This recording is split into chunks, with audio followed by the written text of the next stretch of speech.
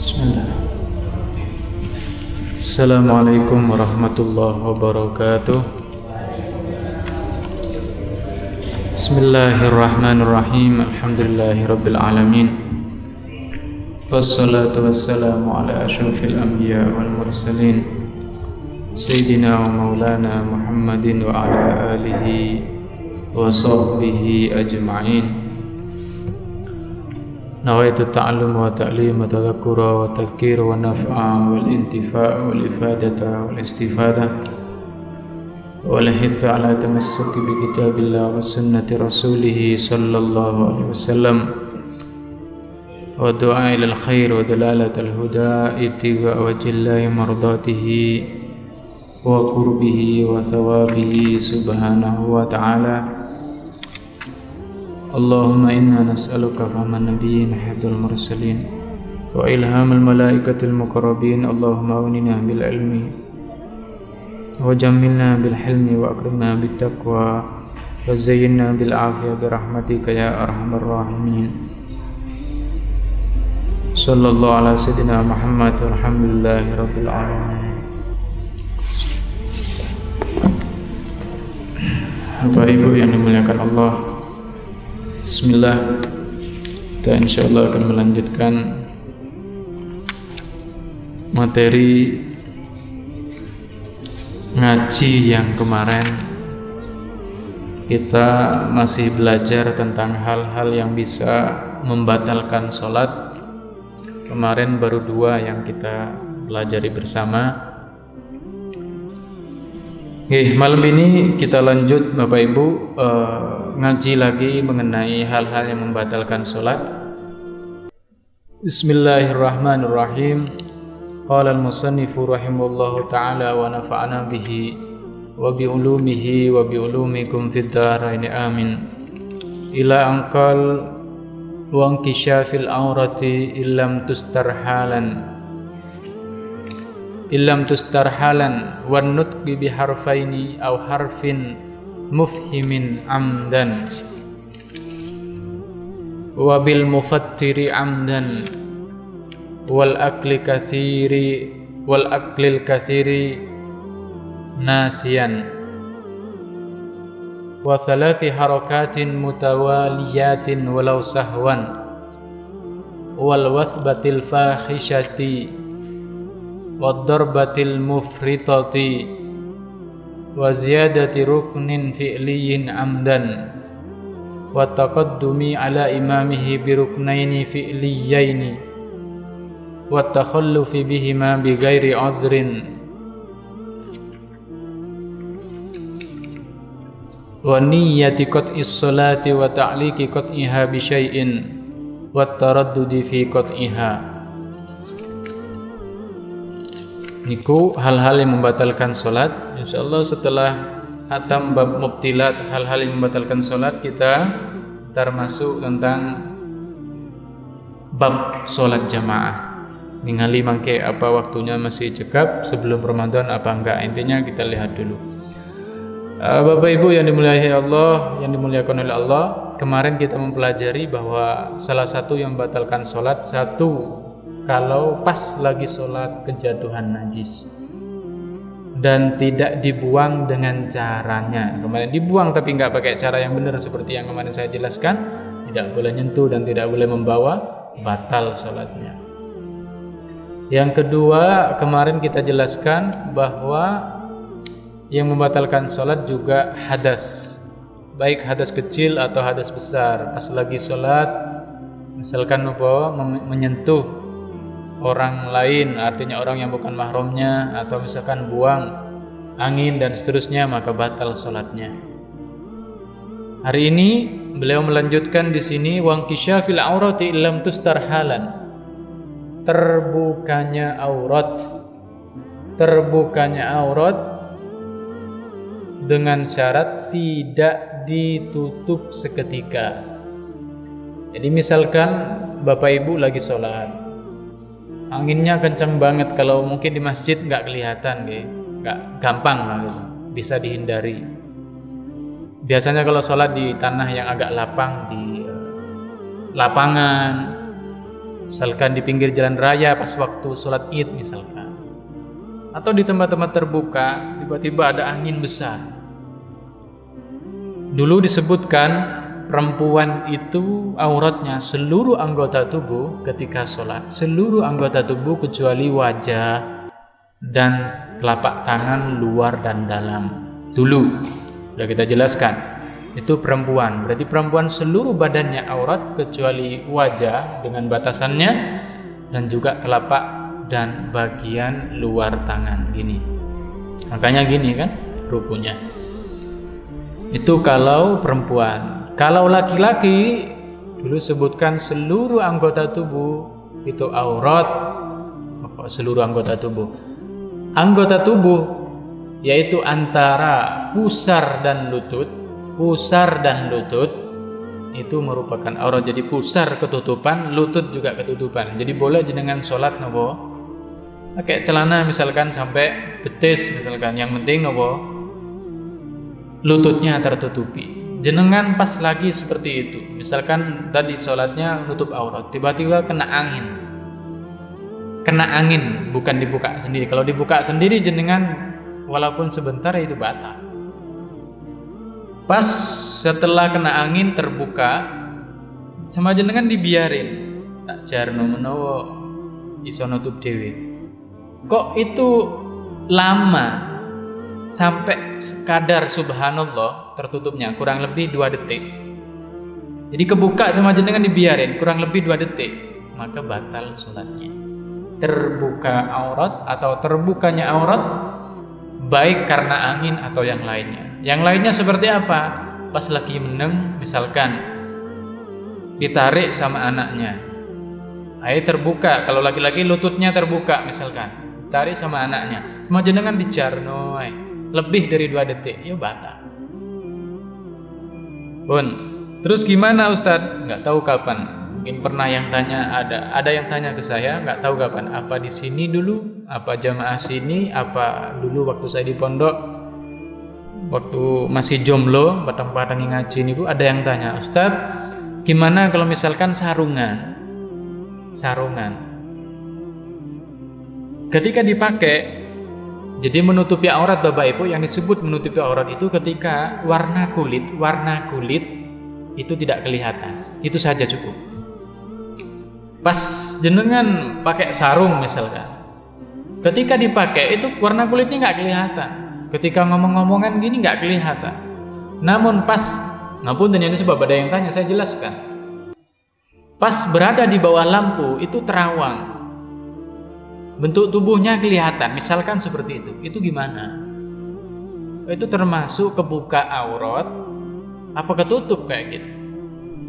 Itu disebutkan dalam Hasyiatul Musi, beliau menjelaskan bahwa ketika seseorang pakai sarung atau apapun, ketika dipakai itu kulitnya, warna kulitnya tidak kelihatan, kok pas kena sentrong lampu atau sama temannya disentrong sama misalkan sentolop nopo atau senter niku, terawang kelihatan bentuk tubuhnya, kata ulama itu tidak batal sholatnya, karena itu sudah mencukupi bahwa jenengan telah menutup aurat. Jadi kalau misalkan tiba-tiba kayak terawang, maka itu nopo tidak batal sholatnya, karena yang penting ketutupan nopo, ketutupan kulitnya.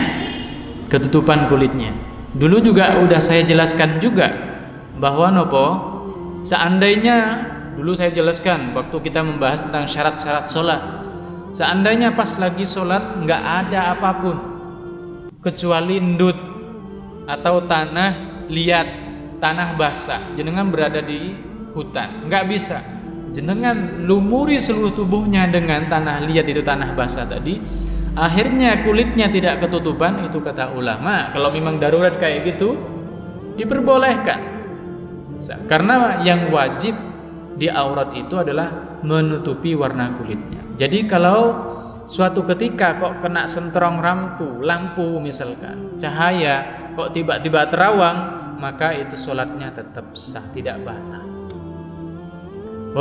Jadi yang kedua tadi ialah terbukanya aurat seperti terbuka karena angin atau dibuka anak kecil dan seterusnya, itu membatalkan sholat jika tidak ditutupi seketika. Seketika itu berapa? Seketika itu kurang dari kadar subhanallah. Dibiarkan sampai lebih dari kadar subhanallah yang kurang lebih 2 detik itu, maka batal sholatnya. Jadi harus menutupi aurat. Kalau ketutupan aurat atau auratnya ketutupan tapi terbuka oleh angin dan seterusnya, berarti batal sholatnya. Yang kedua, wanutqi biharfaini, mengucapkan kalimat atau mengucapkan 2 huruf, au harfin mufhimin amdan, atau 1 huruf tapi memahamkan. Ini kalau dibahas. Jadi ingat, pas sholat jenengan ngomong, bukan kalimat ya, huruf. As-sholat Allahu Akbar misalkan, tiba-tiba jenengan ngomong ya gitu misalkan, tiba-tiba ya gitu misalkan, iya gitu, itu berapa huruf itu? Iya, ya, 2 niku mawon ya tok niku udah batal sholatnya. 2 tok niku lho batal sholatnya. Jadi 2 huruf. Atau jenengan tiba-tiba pas lagi ngeten, tiba-tiba angopnya sampai keluar kalimat atau huruf misal. Nah, itu berapa huruf itu? Itu berapa? Iya keluar sama fa. Itu batal sholatnya. Jadi kalau misalkan pas lagi sholat kok angop, bersendawa mungkin nih bahasa Indonesianya, tiba-tiba jenengan gaya tadi tutupi jangan sampai keluar huruf. Jadi kalau sampai 2 huruf jenengan keluar dengan sengaja walaupun tidak memahamkan, misalkan A B, tiba-tiba sholat aja Allahu Akbar, tiba-tiba A B, batal. Apa maknanya? Walaupun gak ada maknanya. 2 huruf walaupun gak ada maknanya, atau 1 huruf tapi ada maknanya. Ini yang saya cari. Saya mencoba berpikir di Indonesia ada nggak 1 huruf tapi ada maknanya. Kalau bahasa Arab ada. Bahasa Arab itu contohnya ki, itu ki, kof tok, ki itu dari kalimat iwki.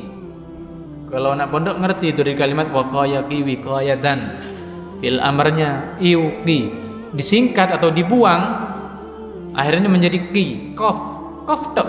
Kata ulama ini 1 huruf tapi memahamkan, ada maknanya, memahamkan walaupun 1 huruf dan diucapkan dengan sengaja, batal sholatnya. Tiba-tiba waktu sholat Allahu Akbar ki misalkan, batal karena ki itu bermakna. Loh, kalau di Indonesia gimana? Saya cari ada nggak yang bisa menyebutkan 1 kalimat 1 huruf tapi ada maknanya, memahamkan? Itu apa? Apa kira-kiranya? S. Oh iya, memahamkan ya. Tapi itu kan tulisannya S ya. Lakulal bisa masuk mungkin. Jadi hati-hati. Kalau diucapkan dengan sengaja 2 huruf saja, A, B gitu, batal. Atau 1 huruf tapi memahamkan, alias menunjukkan makna tertentu, maka sholatnya batal. Itu kalau sengaja. Kalau lupa gimana Ustaz? Jenengan lupa bahwa jenengan lagi sholat, Allahu Akbar, tiba-tiba jenengan ini misalkan paham bahasa Arab, tiba-tiba ngomong kaifa haluka, alhamdulillah, tiba-tiba gitu. Kayak lagi ngomong, dengan misalkan kayak anak kecil gini, misalkan sama gurunya suruh ngapalin di sekolahnya, suruh ngapalin dialog bahasa Arab. Saking patangnya sampai di sholat saja dia nopo, dia lalar, dia ulang-ulangi. Allahu Akbar, kaifa haluka? Alhamdulillah bi khair. Kaifa satu kalimat, haluka 3 kalimat itu. Alhamdu itu berapa kalimat? Kata ulama, kalau lupa bahwa ente lagi sholat, maka kata ulama boleh atau tidak membatalkan kalau 6 kalimat atau kurang. Jadi jenengan Allahu Akbar lupa kalau lagi sholat, akhirnya ngomong misalkan, atau bahasa Indonesia, aku tadi makan ya, aku tadi makan ya, berapa kalimat? 4. Tapi jenengan lupa, tiba-tiba di hati ngomong, yo lagi sholat, 4 kalimat, berarti boten batal. Kalau sengaja 2 huruf pun batal, 2 huruf bukan kalimat, atau 1 huruf tapi bermakna memahamkan. Kalau sengaja, jadi kalau sengaja ukurannya huruf, 2 huruf memahamkan atau tidak, batal sholatnya. 1 huruf tapi memahamkan, batal sholatnya, huruf kalau sengaja. Tapi kalau lupa, ukurannya bukan huruf, kalimat. Kalau waktu lupa jenengan bahwa jenengan lagi sholat, ngomongnya kurang dari 6 kalimat, Allahu Akbar, saya tadi makan apa enggak ya? Saya tadi makan apa enggak ya? Oh 6, belum batal berarti. Tiba-tiba jenengan ingat, oh iya aku lagi sholat. Tapi ya jangan ngomong juga kalau oh iya lagi sholat, berapa itu sudah? Oh iya lagi sholat, berarti udah 10. Oh iya itu ada di hati. Maka jenengan seandainya kalimat yang diucapkan kurang dari 6 dan waktu ngomong dalam keadaan lupa, berarti tidak batal sholatnya. Bapak Ibu yang dirahmati Allah, jadi para sahabat Bapak Ibu dulu pas awal-awal Islam itu mereka ketika sholat itu ngomong. Di sini disebutkan bahwa sahabat itu awal-awal niku ngomong. Lepas lagi ngomong niku, Rasulullah Sallallahu Alaihi Wasallam akhirnya mengatakan ke mereka, jangan turun ayat yaitu qauluhu ta'ala a'udzubillahi minasyaitonir rajim wa qumu lillahi qanitin. Fa umirna bis-sukuti wa nuhina 'anil kalam. Ini dari Zaid bin Arqam, sahabat Zaid bin Arqam, riwayat Imam Muslim menyebutkan bahwa kata sahabat, kunna natakallamu fis shalah. Dulu kita itu ngomong di salat, ya kayak orang awam biasanya Bapak Ibu. Dia nyangka salat itu kayak biasa, dia ngomong biasa sama temennya, "Piye mau entuk piro?" Tadi nyampe kemana? Goes. Nah, kalau sekarang kan usum goes. Capek nggak lagi sholat? Itu sahabat biasa gitu dulu. Baru turun ayat waqumu lillahi qanitin, akhirnya sahabat bilang nuhina anil kalam wa umirna bisukut. Kita dilarang berbicara saat sholat dan kita diperintahkan untuk diam. Jadi awalnya nggak apa-apa ngomong itu awalnya. Sekarang udah nggak boleh. Dulu kayak khamr, arak, minuman keras, dulunya juga nggak haram Bapak Ibu. Karena Islam itu pelan-pelan nyampe ke masyarakat itu pelan-pelan. Awalnya khamr dibiarkan, makanya ada salah satu sahabat pas sholat itu baca Al-Kafirun gak mari-mari. Qul ya ayyuhal kafirun la a'budu ma ta'budun wa la antum a'buduna ma a'budu wa la antum a'buduna ma a'budu wa la antum wa la. Bingung dia terus gak mari-mari. Qul ya ayyuhal kafirun la a'budu ma ta'budun wa la antum a'buduna ma a'budu wa la na'budu ma a'budtum wa la antum a'buduna wa la antum a'buduna ma a'budu wa la na'budu. Gak mari-mari pas sholat. Kenapa? Sebelum sholat ternyata minum khamr. Haram bot. Karena khamr asalnya boleh. Sama Islam tidak langsung. Kalau langsung diharamkan bisa-bisa nggak ada yang masuk Islam. Jadi Islam itu tadrijian, pelan-pelan ngambil hatinya orang. Ketika imannya sudah kuat baru khamr 100% sampai hari kiamat haram. Jadi siapapun yang berusaha melegalkan khamr berarti bertentangan dengan Al-Quran. Siapapun itu yang mengatakan khamr boleh diperjualbelikan bertentangan dengan Al-Quran. Hati-hati. Begitu juga nih awalnya kita itu nggak apa-apa ngomong dalam sholat. Setelah turun ayat waqumu lillahi qanitin, lalu kata sahabat Zaid bin Arqam, lalu kita dilarang berbicara dan kita diperintahkan untuk diam. Bicara yang kayak apa tadi? Kalau lupa bicaranya kok lebih dari 6 kalimat, batal sholatnya. Kalau lupa. Kalau sengaja walaupun cuma 2 huruf, batal sholatnya. Atau 1 huruf tapi memahamkan, maka batal sholatnya. Terus bagaimana Ustadz? Seandainya pas lagi sholat, misalkan Kang Herman sholat saking khusyuknya nuangis. Jenengan mungkin pernah lihat di video niku, Imam Masjidil Haram pas lagi sholat nuangis. Saking nopo khusyuknya baca sholat. Alhamdulillah, saya juga pernah pas ngimam ini tiba-tiba ingat akhirat. Bukan karena ingat utang, bukan. Tiba-tiba ingat akhirat, maknanya itu dalam banget mantan. Pas sholat niku nuangis, tapi kali kalau tak tahan. Terus gimana Ustadz pas nangis kok sesenggukan? Sampai metu huruf lain selain Al-Quran.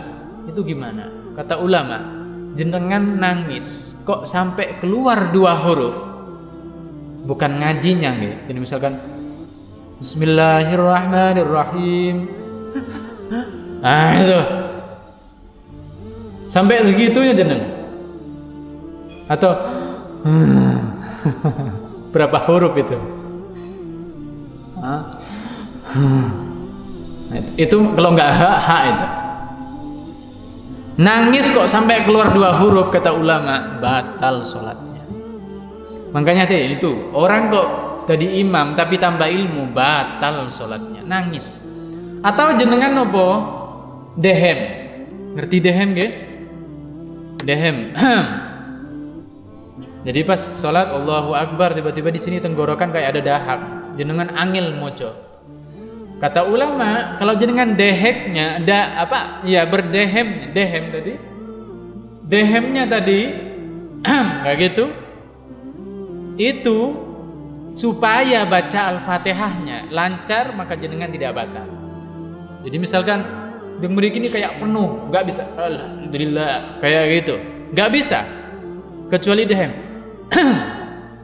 langsung enak suaranya kayak Muammar misalkan, nggak apa-apa. Tapi kalau surat-suratan bukan Al-Fatihah, jadi misalkan setelah baca Al-Fatihah waladdallin amin, tiba-tiba jenengan mau baca surat, suaranya hilang lagi, jenengan dehem.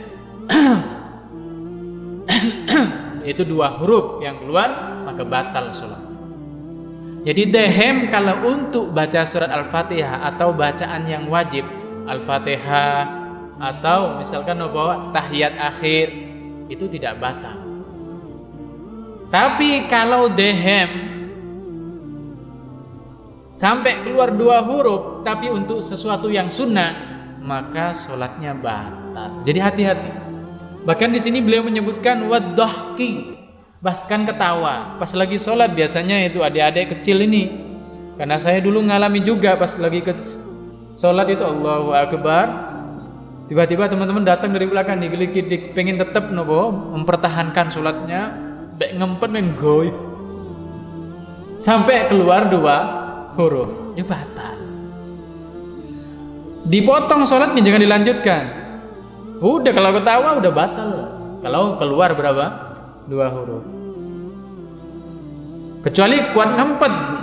Misalkan nopo digelik-gelik di sini, jangan geli terus nopo ngempet, bisa ya nggak apa-apa. Intinya ketawa, dehem atau menangis.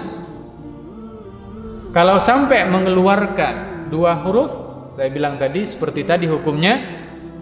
Kecuali dehem yang untuk perkara wajib seperti baca Al-Fatihah. Kalau enggak dehem, maka Fatihahnya tidak sempurna atau tidak bisa dibaca, maka diperbolehkan dehem. Tapi kalau untuk perkara yang sunnah, maka batal sholatnya.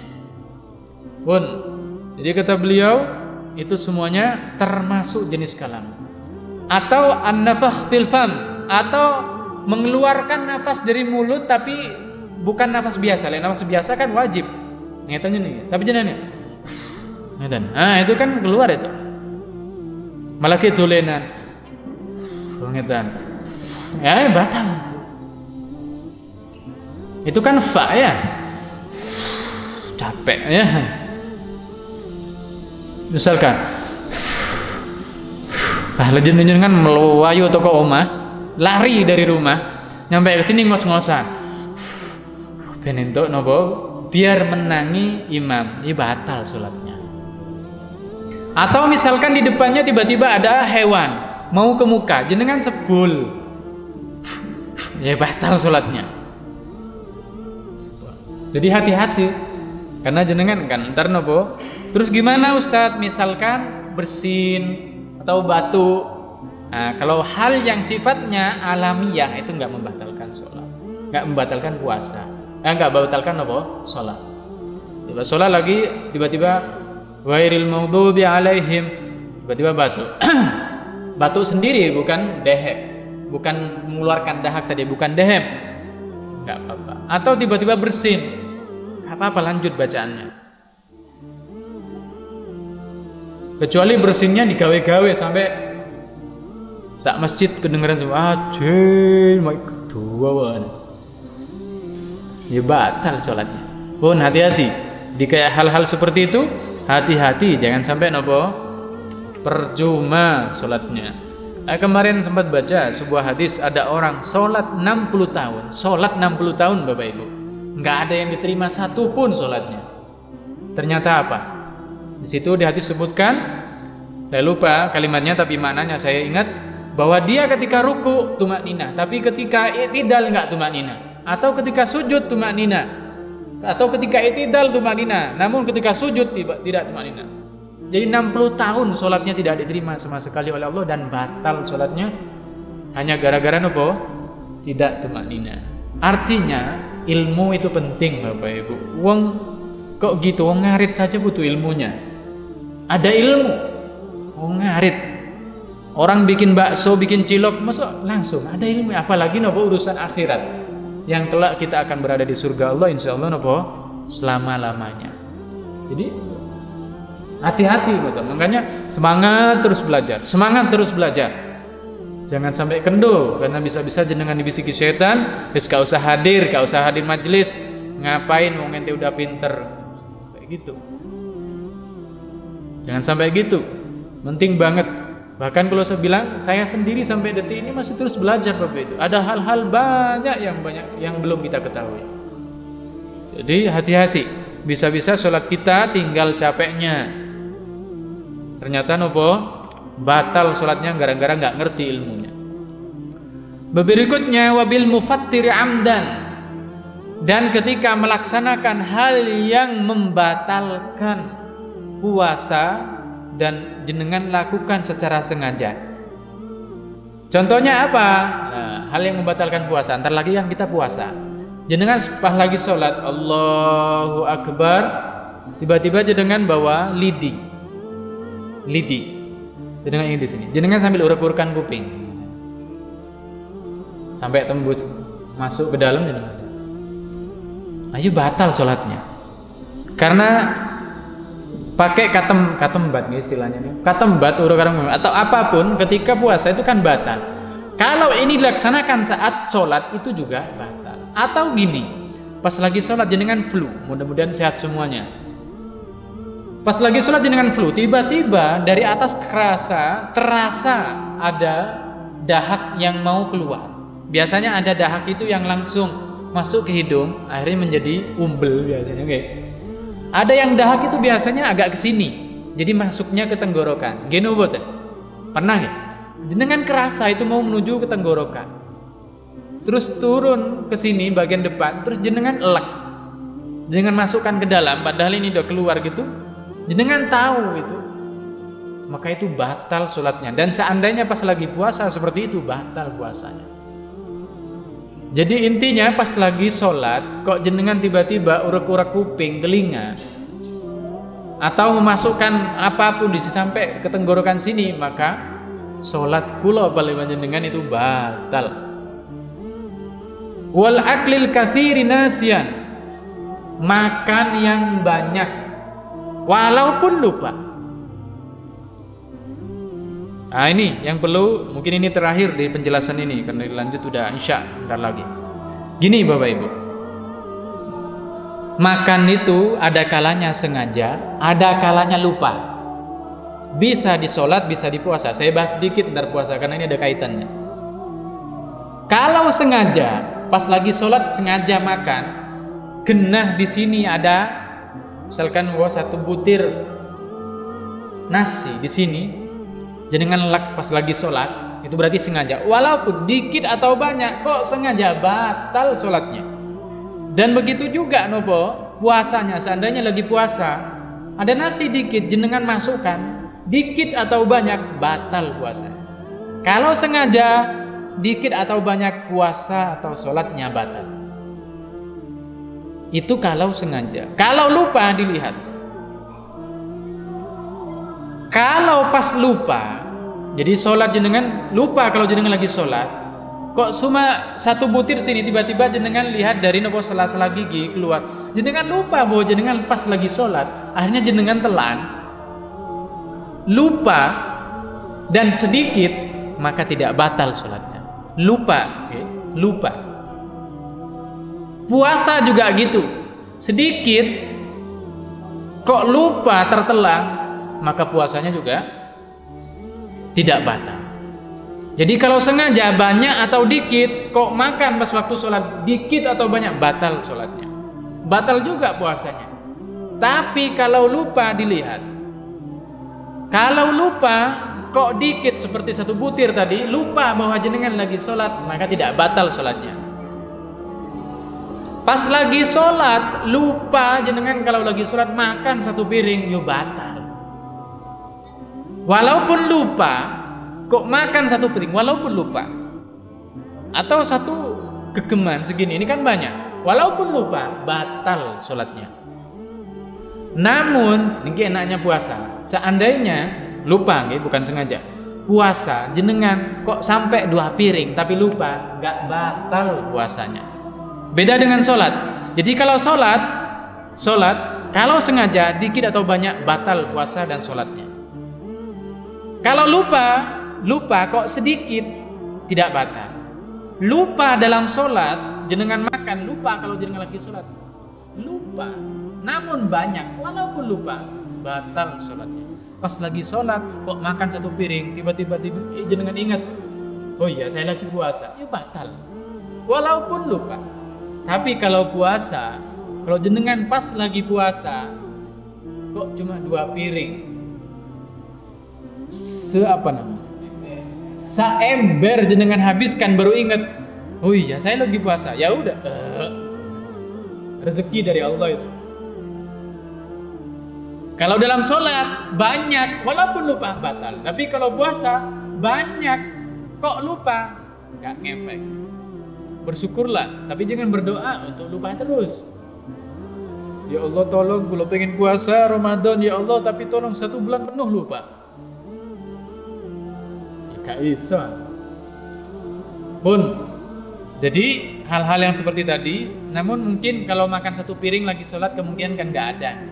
Yang sering terjadi itu Bapak Ibu, itu biasanya nopo tadi yang ada di sela-sela gigi, karena kita lagi fokus waladhdallin amin, jadi makmum, misalkan dengerin imam enak, tiba-tiba gigi kita sama lidah diginikan, tiba-tiba di sela-sela nopo ada satu butir beras tadi atau nasi, tiba-tiba dengan lek, tiba-tiba ingat sholat, enggak batal karena lupa. Kecuali di setiap sela-sela gigi ada nasi, yo banyak nih batal. Di sini ada, di sini ada, di sini ada. Ya walaupun satu butir lah dikumpulkan kan banyak, ya batal sholatnya.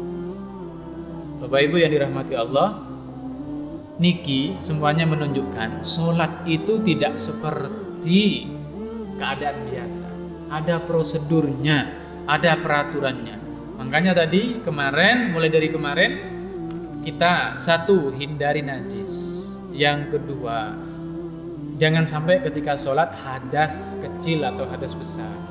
Yang ketiga, jangan ngomong ketika sholat. Berikutnya, jangan mengerjakan hal-hal yang bisa membatalkan puasa pas lagi sholat, seperti memasukkan ke telinga dan seterusnya. Dan terakhir, jangan sampai ketika sholat itu makan. Hindari hal-hal tersebut. Insya Allah maka sholat kita akan sah. Kecuali misalkan dengan bukan kecuali. Ntar akan saya jelaskan.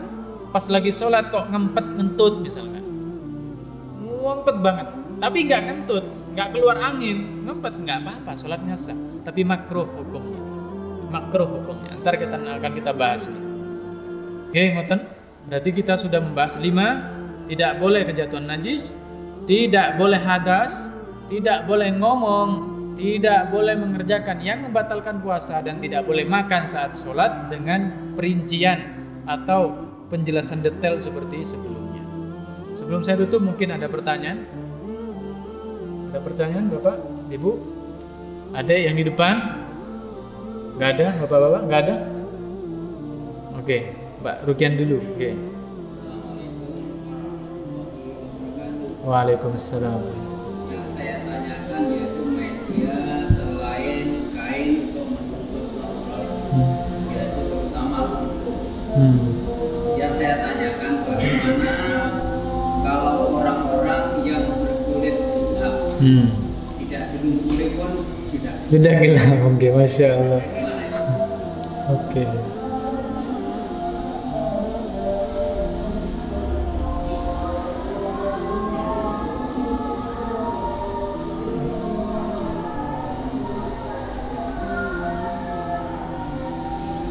Pertanyaan menarik dari Pak Rukian. Ustadz, kalau orang berkulit gelap itu kan gimana, nggak pakai baju pun udah gelap gitu. Itu gimana? Jangan rasis tapi ya, dilarang, nggak boleh kayak gitu. Itu apakah nggak usah nutup aurat? Nah, emang kalau dilihat nggak, saya tahu sendiri itu teman-teman, ketika saya di Yaman itu banyak. Jadi hitam pun banyak macamnya. Ada hitam mirip orang Indonesia tapi agak lebih hitam kecoklatan. Ada hitam niku ngapunten, hitamnya no woman, kayak cat gitu. Ada. Yang ditanyakan Pak Rukian, gimana kalau hitamnya nemen kayak cat itu? Maka Pak, walaupun nggak pakai baju lah Ustadz, tetap hitam, tetap gelap gitu. Itu apakah tetap wajib? Tetap, kata ulama. Kan tetap kulitnya disebut kulit.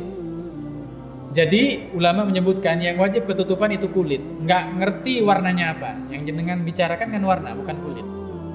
Yang ketutupan itu kulit. Warnanya apapun. Putih, merah, kuning, hijau, di langit yang biru. Nggak ngurus nih. Pokoknya kulit harus ketutupan, walaupun orangnya hitam. Sayyidina Bilal, ngapunten, itu kan kalau dibandingkan orang Indonesia, itu kan hitam. Karena beliau orang Afrika. Orang Habasyah atau Ethiopia kalau sekarang. Nah, itu pun beliau tetap nutup aurat. Tetap wajib nutup aurat. Jadi standarnya itu kulitnya harus ketutupan. Warna kulitnya harus ketutupan. Jadi ada warna, ada kulitnya. Warna kulit itu harus ketutupan. Tembak ya? Herman.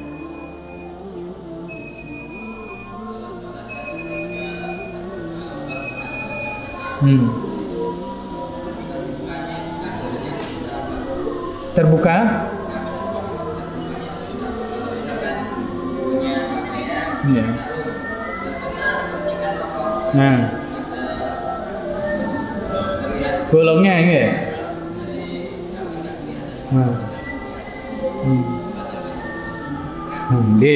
Jadi Mas Herman tanya, Ustadz, kadar terbukanya aurat itu seperti apa? Orang biasanya, laki-laki khususnya, alhamdulillah kalau nggak ngerokok, itu nggak kerasa salah satu bagian dari rokoknya itu terpercik, akhirnya nyampe ke tubuh, akhirnya bolong dikit. Apakah batal Ustadz? Batal tetap. Pokoknya kebuka walaupun dikit batal. Makanya saya sendiri Bapak Ibu, ketika saya punya sarung, itu kalau udah lama, 2 tahun atau setahun setengah, itu sering atau akan saya ginikan ke lampu, saya lihat Walaupun saya nggak ngerokok, karena saya teman-teman saya juga ngerokok. Saya lihat gini kan, oh nggak bolong. Atau sebelum, pokoknya umur 2 tahun itu saya udah nggak bikin atau saya nggak saya gunakan untuk sholat, karena potensi nopo bolong. Terus gimana Ustadz, pas lagi sholat nggak ketemu, setelah sholat ketemu, ya udah diulangi sholatnya. Kayaknya hati-hati kalau pakainya itu. Jadi nggak ada dikit banyaknya mas. Kalau kelihatan auratnya walaupun secuil dilihat. Kalau ketutupan, loh Ustadz ini kalau pakai kaca pembesar kan bolongannya beda. Jadi kalau pakai mata normal itu kan nggak kelihatan warnanya. Kok pas kelihatan pakai ini pas ngomong-ngomongan itu bolongan kelihatan. Tetap batal sholat. Batal sholat. Oke, sampun nih. Sampun. Ibu-ibu ada pertanyaan buat enten? Apa cukup? Oke. Alhamdulillah. Oh, ada yang bertanya. Yang mana? Oh, nggih.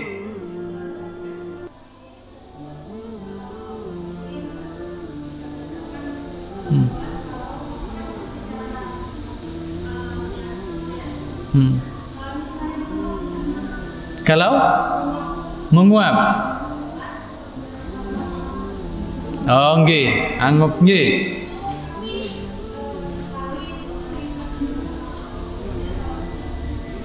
Ya. Saya bilang tadi, saya kasih standar yang umum, kaidah yang umum. Apapun yang terjadi di tubuh kita, kok itu alamiah, bukan karena kehendak kita, itu tidak bisa membatalkan sholat. Kayak angop, ngantuk gitu, itu kan alamiah. Kalau buat-buat beda. Naudzubillah, misalkan, naudzubillah, mudah-mudahan kita sehat semuanya. Ada orang kena stroke, misalkan, tangannya ubah-ubah gitu. Itu kan alamiah. Itu kalau orang normal batal. Pas lagi sholat orang normal tiba-tiba batal.